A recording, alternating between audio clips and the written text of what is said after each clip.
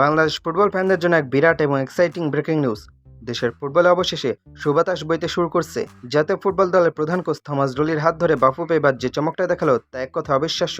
ডুলির বিদেশি সহকারী কোচ ইতিমধ্যে ঢাকায় এসে পৌঁছে গেছেন, আর তার প্রোফাইল দেখলে যে কোনো ফুটবল প্রেমীর চোখ কপালে উঠতে বাধ্য।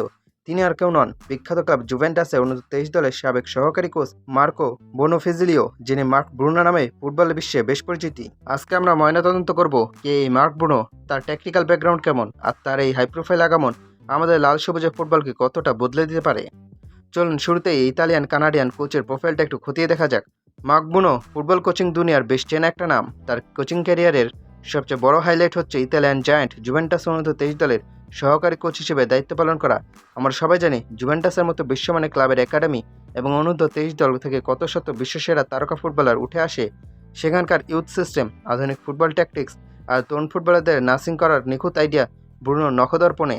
জুভেন্টাসের মতো বড় মঞ্চে কাজ করার এই বিশাল অভিজ্ঞতা এবার তিনি শেয়ার করবেন আমাদের মোরসালিন রাকিবদের সাথে।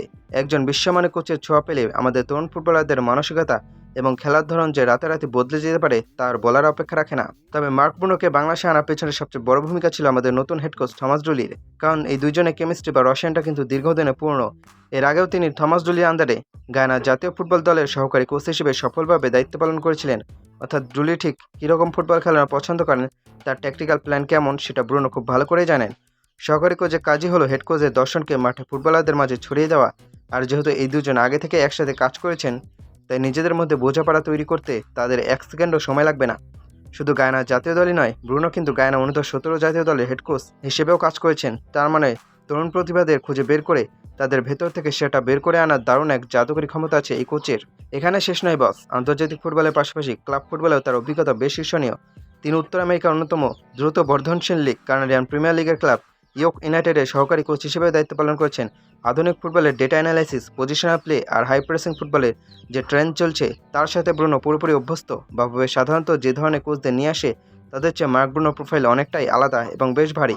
থমাস ডুলি আর মার্ক ব্রুনোর এই হাই প্রোফাইল জুটি যদি আমাদের জাতীয় দলের পাইপলাইনে থাকা তরুণদের নিয়ে দীর্ঘমেয়াদী কাজ করার সুযোগ পায়, তবে বাংলাদেশ ফুটবল ফেডারেশনের সিদ্ধান্তকে দেশের ফুটবলের টার্নিং পয়েন্ট বলা যাবে। ঢাকায় পা রেখেই ব্রুনো কিন্তু অলরেডি তার মিশন শুরু করে দিয়েছেন। জুভেন্টাসের সাবেক কোচের এই আগমন আমাদের ফুটবলারদের ড্রেসিং রুমের আত্মবিশ্বাস অনেক বাড়িয়ে দেবে সন্দেহ নেই। এখন দেখার বিষয় থমাস ডুলি আর মার্ক ব্রুনোর এই জুটি আমাদের লাল সবুজের দলকে আন্তর্জাতিক মঞ্চে কতটা উঁচুতে নিয়ে যেতে পারে।